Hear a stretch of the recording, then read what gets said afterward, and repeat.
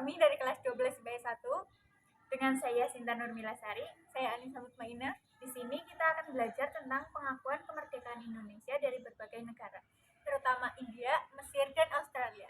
Langsung saja, yang pertama pengakuan kemerdekaan Indonesia dari Mesir. Di Mesir, sebuah organisasi Islam Al-Ikhwan Al-Muslimun yang dipimpin Sheikh Hasan Al-Banna memperlihatkan respon positif terhadap kemerdekaan Indonesia. Gerakan Ikhwanul Muslimin merupakan gerakan persaudaraan Muslim yang gigih menentang kolonialisme Inggris di Mesir. Gerakan ini juga aktif menggalang persaudaraan di kalangan umat Muslim. Organisasi ini menggalang opini umum melalui pemberitaan media yang memberikan kesempatan luas kepada para mahasiswa Indonesia di Mesir untuk menulis tentang kemerdekaan Indonesia dan disebarluaskan baik melalui koran lokal ataupun acara tabligh akbar.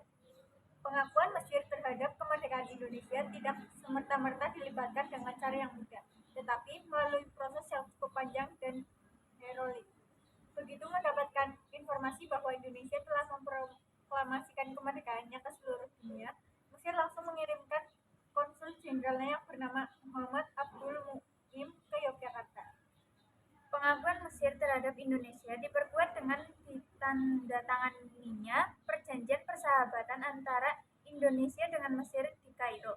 Menjelang ditandatanganinya perjanjian tersebut, Duta Besar Belanda melakukan protes. Perdana Menteri Norangsi atas nama bangsa Mesir tidak tegas sedikit pun dalam menghadapi protes Duta Besar Belanda tersebut. Ia bahkan memberikan jawaban di luar dugaan Duta Besar Belanda.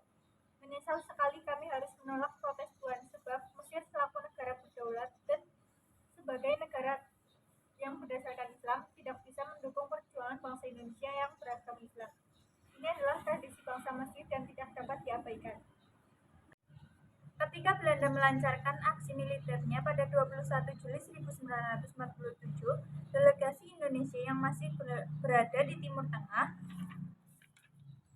segera menghubungi pemerintah Mesir, perwakilan-perwakilan Arab dan Islam di Kairo, serta Sekjen Liga Arab A.R. Azzam Pasha di New York guna membantu apa yang sedang dihadapi Indonesia.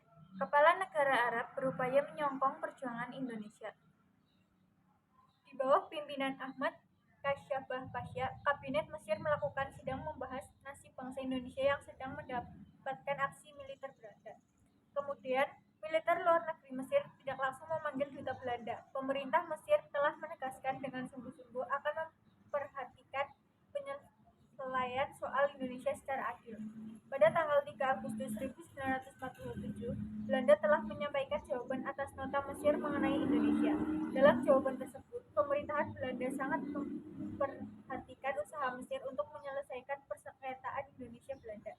Kemudian, nota Mesir terhadap Belanda juga disampaikan kepada Duta Besar Amerika Serikat yang juga terlangsung menyampaikan kepada Dewan Keamanan. Puncak kepedulian masyarakat Mesir diperlihatkan pada rapat umum yang diadakan oleh partai politik dan organisasi-organisasi masyarakat. Pada rapat umum tersebut juga dihadiri Presiden Habib Bourguiba dari Tunisia dan pemimpin Maroko Alal Al-Kasi. Rapat umum itu telah menyetujui satu resolusi yang berisi antara lain yaitu 1. Pemboikotan barang-barang buatan Belanda di seluruh negara Arab. 2.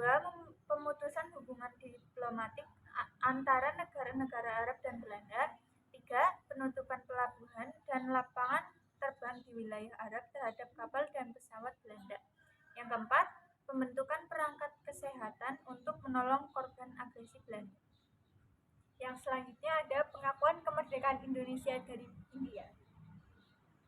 Dalam rangka mendapatkan pengakuan internasional atas kemerdekaan Republik Indonesia, salah satu negara yang menjadi pengantar pengakuan internasional tersebut adalah India.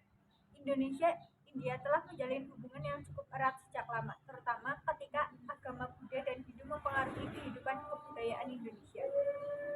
Kedua bangsa juga memiliki kesamaan identitas dalam memperjuangkan kemerdekaan, yakni India atas Inggris dan Indonesia atas Belanda sebagai faktor faktor lain yang membuat India, terutama Nehru beserta rakyat India, memberikan dukungan atas perjuangan Indonesia.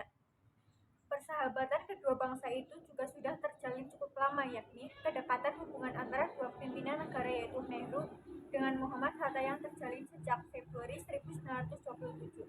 Keduanya sama-sama menghadiri salah satu konferensi League of Free Nationalities di Brussels. Wujud dukungan Indonesia atas usaha diplomasi Indonesia adalah membentuk wadah perjuangan bernama Persatuan Putra Indonesia di India atau yang biasa disingkat dengan PPII. Tujuan pokoknya adalah membela negara Indonesia yang telah memproklamasikan kemerdekaannya dengan mendesak pemimpin-pemimpin India dan dunia agar mengakui berdirinya Republik Indonesia sebagai satu negara yang merdeka dan berdaulat. PPII selanjutnya membentuk Balai Penerangan atau Indonesia Information Service yang mulai berfungsi pada 9 Juni 1946.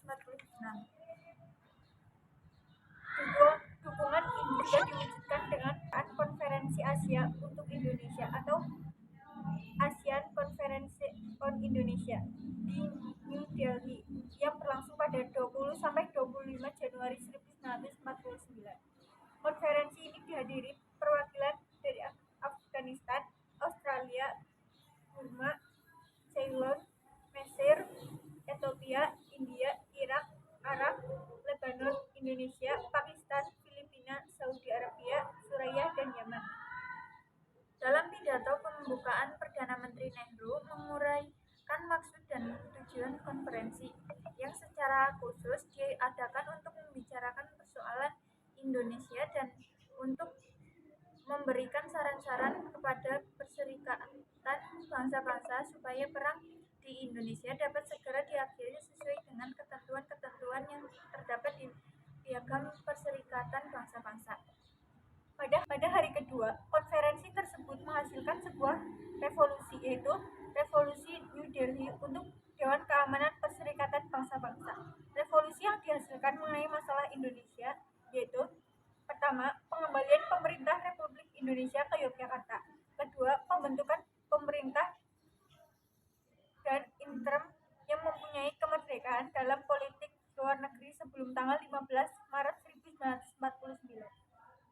Yang ketiga, penarikan tentara Belanda dari seluruh Indonesia. Dan yang keempat, penyerahan kedaulatan kepada pemerintah Indonesia Serikat paling lambat 1 Januari 1950. Semua tuntutan konferensi New Delhi akhirnya termuat dalam resolusi-resolusi Dewan Keamanan Perserikatan Bangsa-Bangsa pada 28 Januari 1949 yang isinya yaitu yang pertama, penghentian operasi militer dan gerilya. Kedua, pembebasan tahanan politik Indonesia oleh Belanda. Ketiga, pemerintah Republik Indonesia kembali ke Yogyakarta. Yang keempat, akan diadakan perundingan secepatnya. Dukungan moral dan usaha-usaha India di forum internasional secara tidak langsung memberikan pengaruh yang besar bagi perjuangan diplomasi Indonesia di dunia internasional. Indonesia berhasil membawa Perserikatan Bangsa-Bangsa turut menyelesaikan pertikaian Indonesia-Belanda. Belanda mengklaim bahwa permasalahannya dengan Indonesia adalah masalah intern Belanda dengan daerah jajahannya. Semua usaha-usaha India ini secara tidak langsung ikut mendorong pengakuan masyarakat internasional atas kemerdekaan dan kedaulatan Republik Indonesia. Ada pengakuan kemerdekaan Indonesia dari Australia. Dukungan Australia untuk pemerintah Indonesia dalam menentang Belanda yang pertama yaitu dengan pemboikotan kapal-kapal Belanda. Dengan inisiatif Partai Komunis Australia dan pimpinan komunis dari Serikat Buruh Perairan Australia, para buruh pelabuhan Australia pada 20 September 1945 di seluruh pelabuhan Australia melarang pemuatan ke atas semua kapal Belanda yang berlayar ke Hindia Belanda. Pemboikotan diprakarsai oleh pelaut-pelaut Indonesia yang meninggalkan 6 kapal Belanda di pelabuhan Brisbane pada 24 September 1945. Aksi ini segera diikuti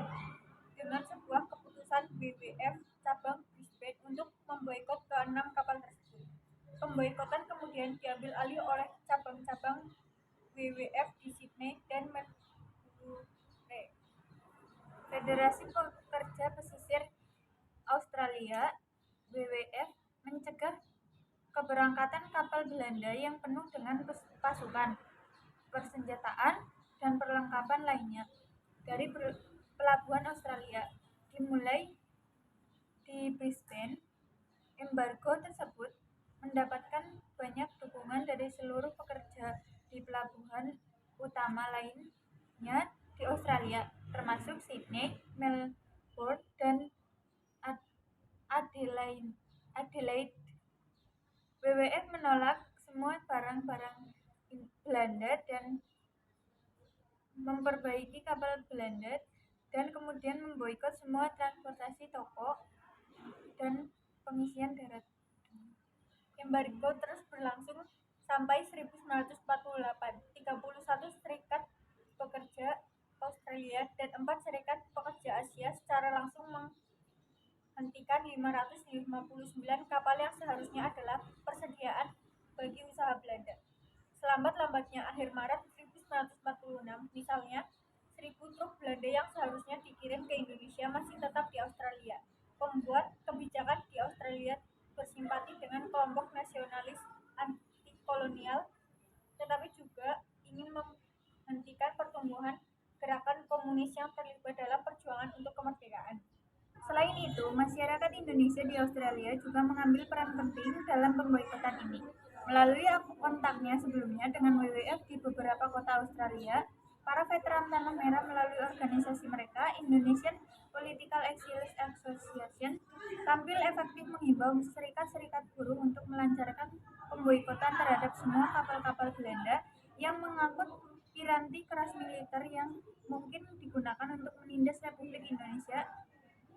Pada 26 September 1945, Dewan Federal memutuskan pemogokan menyeluruh terhadap semua kapal Belanda di pelabuhan-pelabuhan Australia. Peristiwa ini dikenal Black Armada. Sekian pembelajaran kali ini. Kurang lebihnya mohon maaf. Dadah.